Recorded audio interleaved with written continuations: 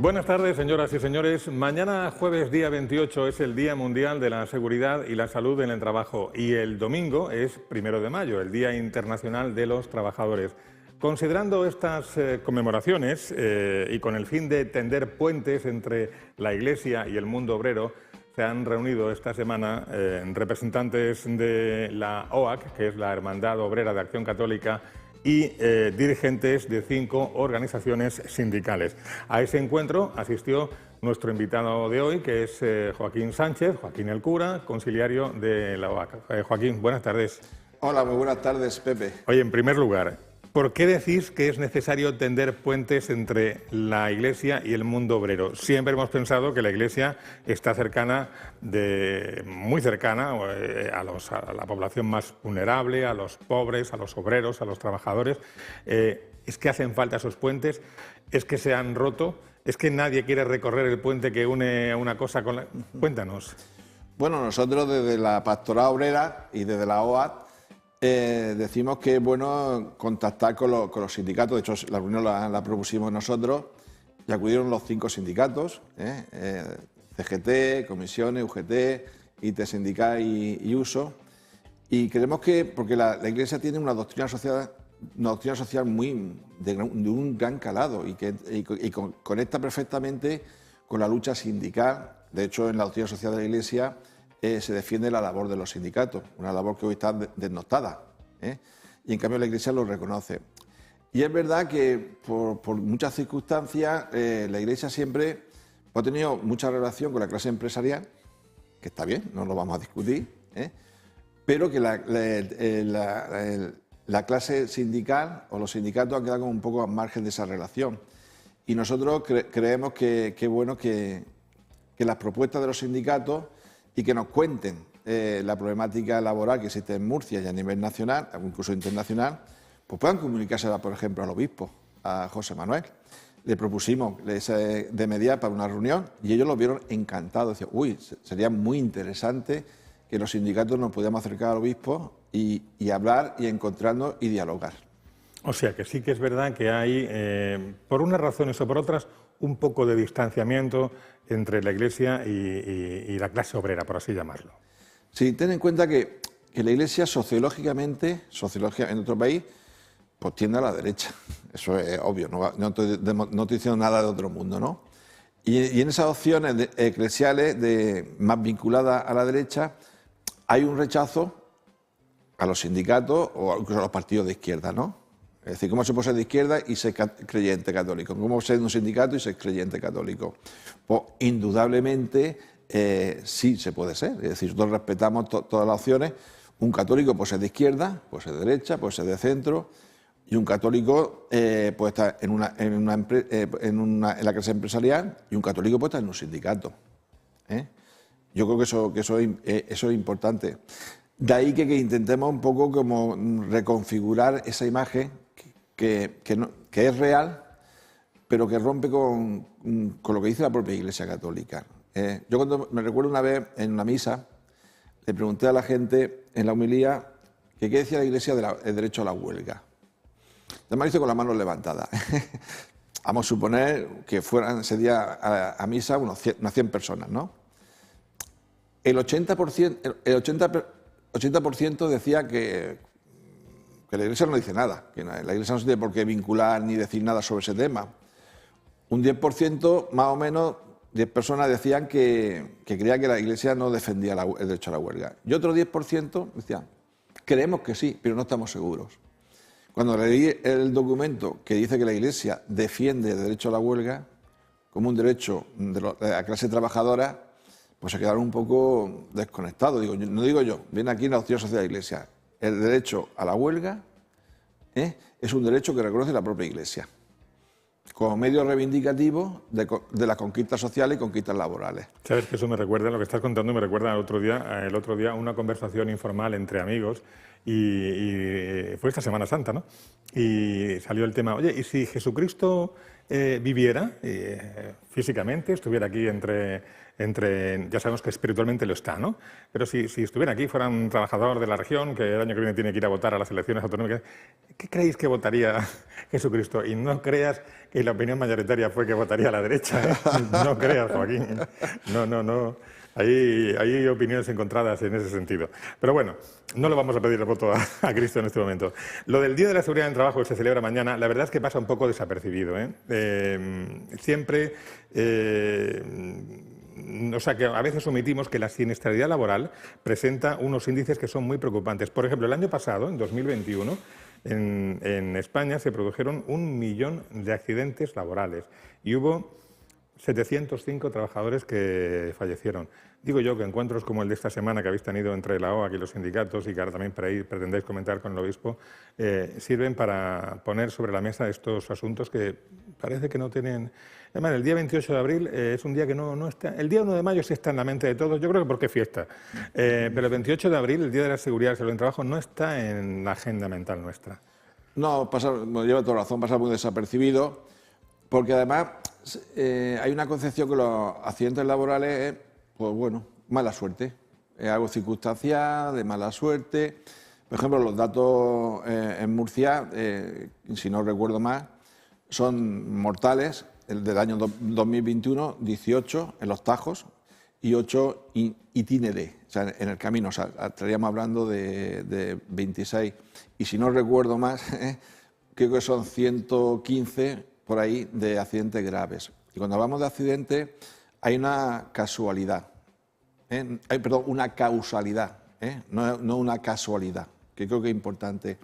Y es porque hay un trabajo demasiado precario, de subcontrataciones continuas, y eso hace que aumente continuamente la siniestralidad laboral, que es curioso, ¿no?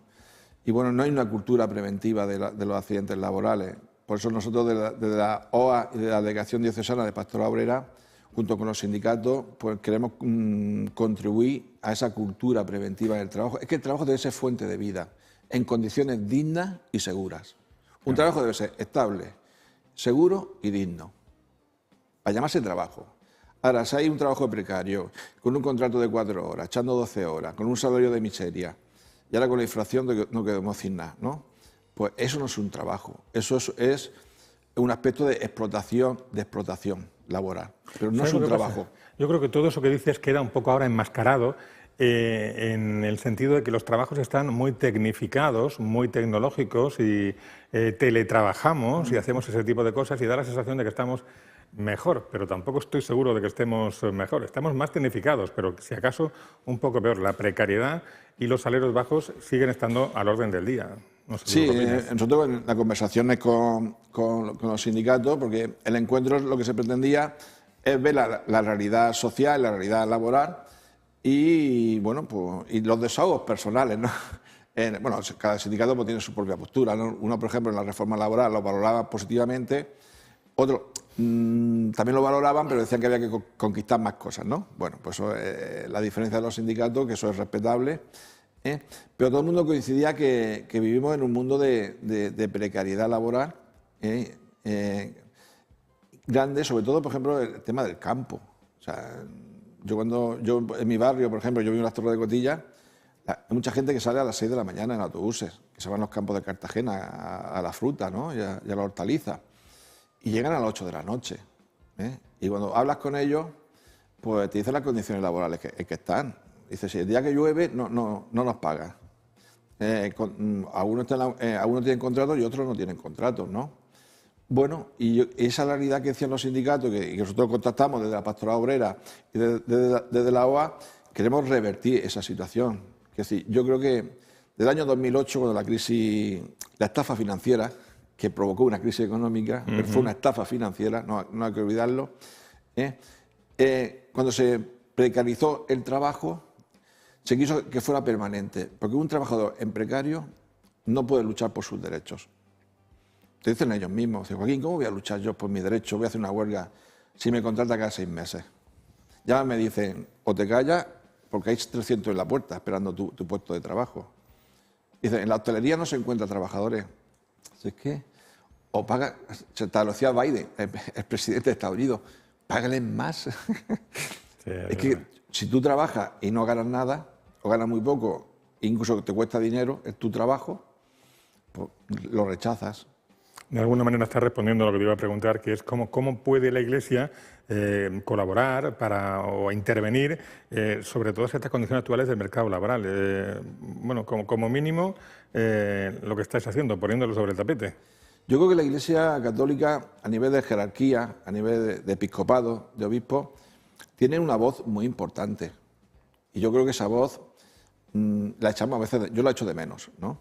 Yo creo que, por eso cuando decimos lo de el tema de la derecha, de la izquierda, de los sindicatos, de la clase empresarial, si tú le preguntas a un cura con quién se tiene más identificado, si con un sindicato o con la clase empresarial o con la empresa, te va a decir que con la empresa, no con el sindicato. Incluso me comentan algunos amigos y dicen, uy, el cura de la Melilla se ha metido con los sindicalistas. No hacerle caso a los sindicalistas, ¿no?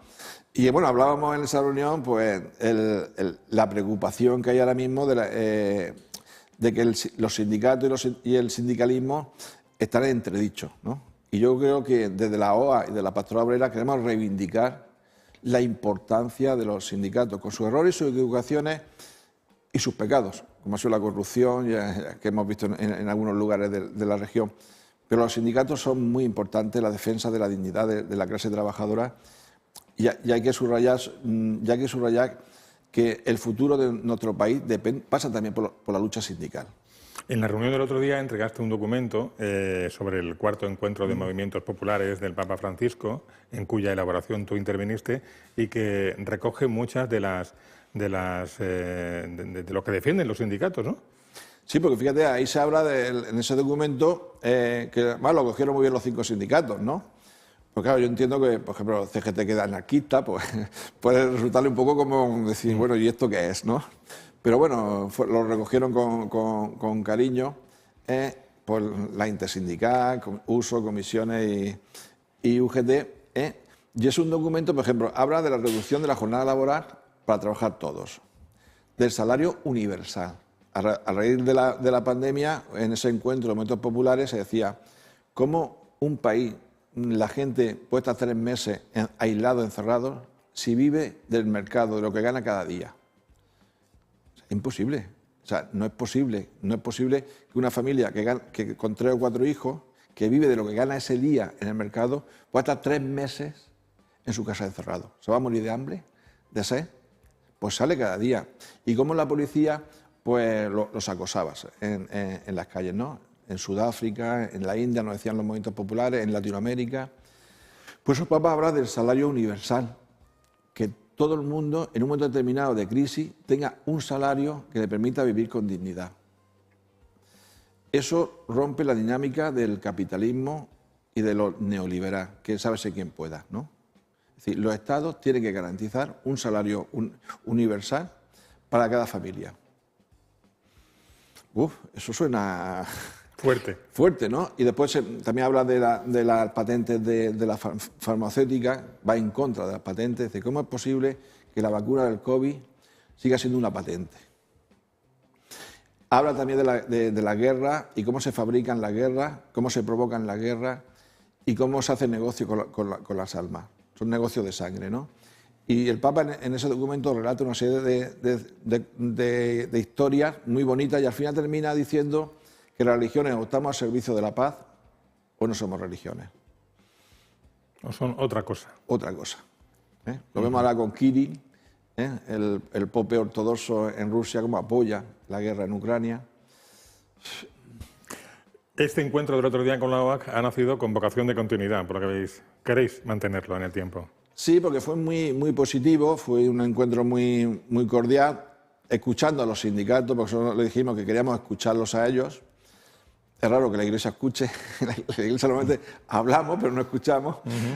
Y escucharle y que tuvieran los 5 sindicatos allí, con sus diferencias, sus matices o sus grandes contrastes, pero que estuvieran reunidos con nosotros y nosotras, pues fue bonito e incluso dijimos de continuarlo. Y ellos dijeron que sí, que sería interesante, porque vienen tiempos muy oscuros, vienen tiempos de dificultad, donde bueno, se plantea siempre de recorte en los derechos laborales, en los derechos sindicales incluso. Yo le planteaba si hay miedo a que se recorte, por ejemplo, el derecho a la huelga con el paso del tiempo. Bueno, depende de quién llegue al gobierno. Y ellos te manifestaban que sí, que había preocupación. Por tanto, yo creo que desde la Iglesia queremos reafirmar y subrayar la importancia de los sindicatos y que la lucha sindical por la dignidad humana, el bien común y por la clase trabajadora, que contaban con nosotros, con la OA y la Delegación Diocesana de Pastoral Obrera. Me recuerdo lo que estás diciendo, vuelvo a lo de la reforma laboral, porque más allá de algunos detalles de la reforma que hayan sido del agrado de unos o del desagrado de otros, el mero hecho de que se hayan conseguido sentar a hablar y a llegar a un acuerdo más o menos satisfactorio el Gobierno, los sindicatos y la COE, los empresarios, eso en sí mismo es una noticia muy positiva, Joaquín. Sí, y sobre todo la orientación de la reforma laboral. No entro en cuestiones técnicas, pero que se consiga más derechos para la clase trabajadora, más estabilidad para el empleo, en un momento de crisis, creo que es muy importante. Esa orientación de la reforma laboral. Hemos tenido varias reformas laborales donde siempre se han hecho a base de recortar derechos sociales y derechos laborales, ¿no? De abaratar el despido, de precarizar el trabajo. Y esta reforma, con toda la crítica que hay que hacerle y que quedó muchas cosas en el tintero, tiene una orientación muy positiva. Y al poco tiempo de esa reforma laboral se llegó al salario mínimo interprofesional de 1.000 euros, que es muy escaso, y sobre todo con la inflación, pero es una subida del salario mínimo interprofesional. Esa orientación yo creo que es importante. En otros momentos, si hubiera otros partidos, posiblemente se hubiera hecho una reforma laboral donde se hubiera recortado mucho más los derechos laborales, donde posiblemente se hubiera abaratado más el despido, posiblemente.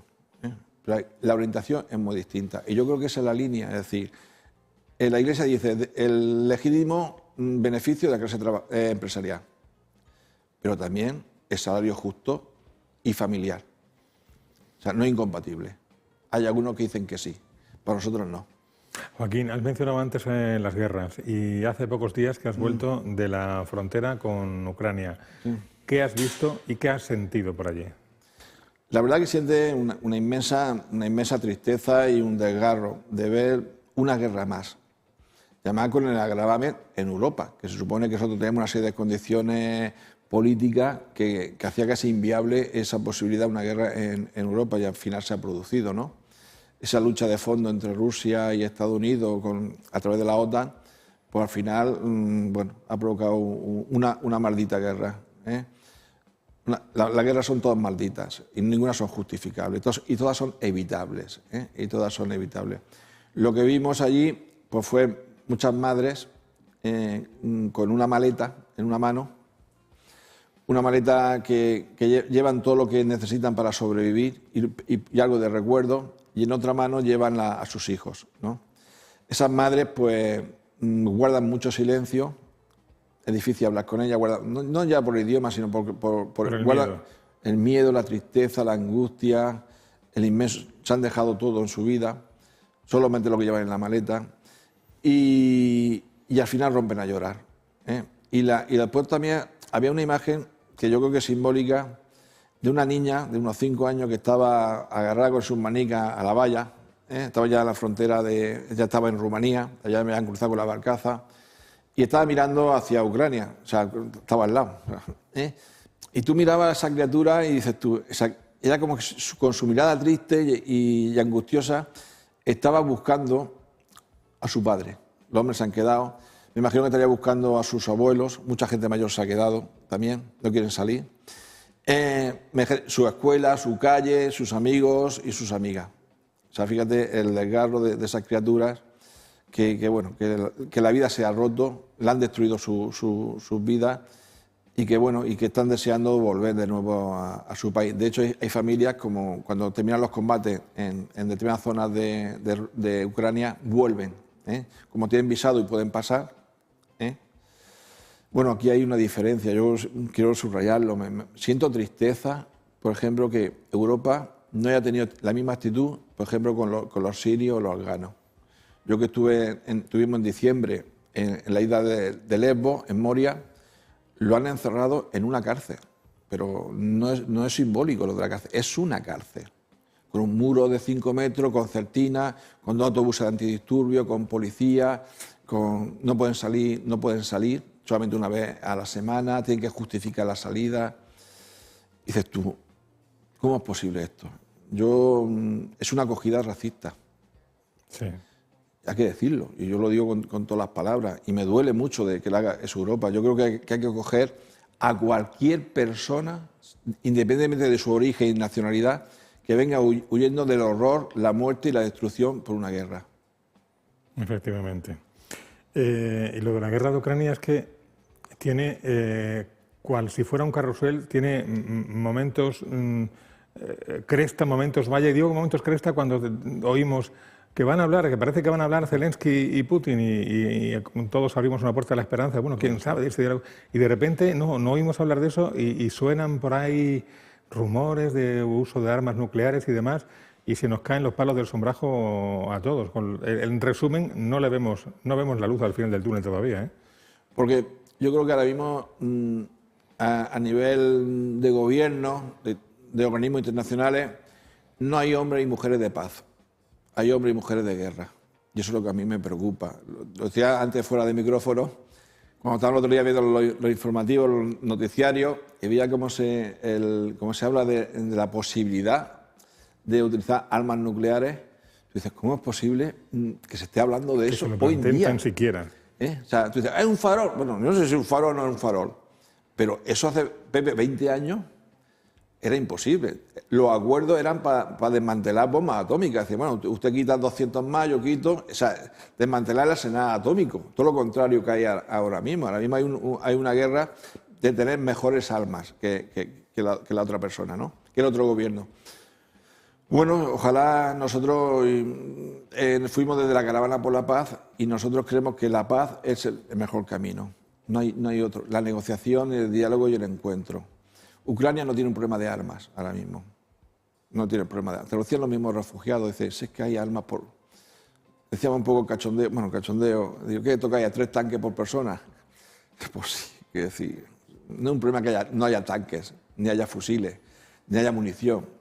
El problema es que no hay voluntad de paz. No hay voluntad de paz. Ese es el problema de fondo. Esta mañana en la radio también hablaban de los países que decían armamento defensivo para Ucrania, y decía un oyente, un señor decía, ya, pero ¿me puede usted explicar cómo se distingue un armamento ofensivo de un armamento defensivo? Un arma es un arma y solo sirve para una cosa, que es para atacar.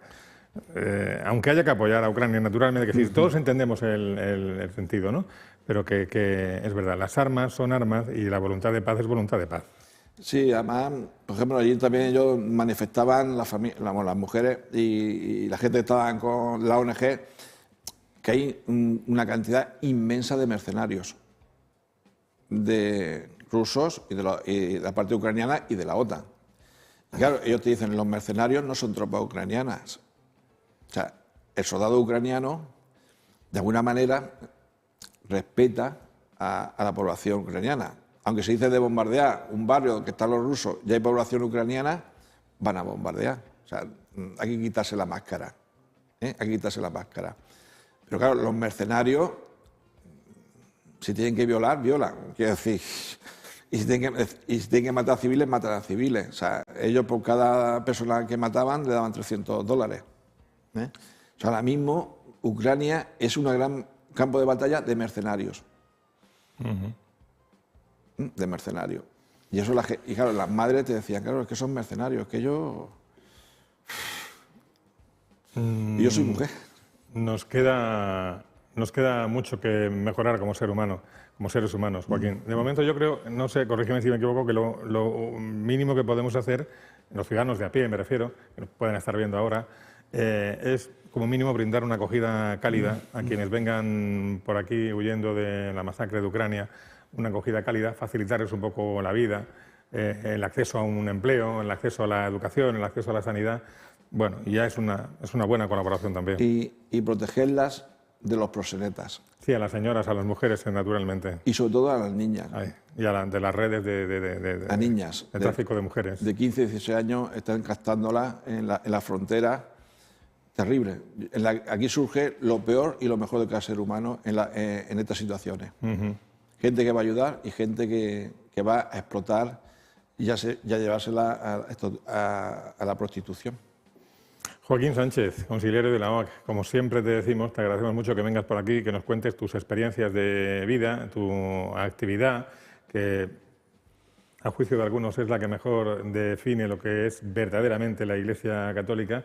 Lo dicho, gracias por estar aquí, esta es tu casa y hasta una próxima ocasión. Sí, yo agradezco mucho que nos invitéis y nos deis voz, que es importante de poder visibilizar también esta realidad de tanto sufrimiento humano y apostar por la paz y la justicia social.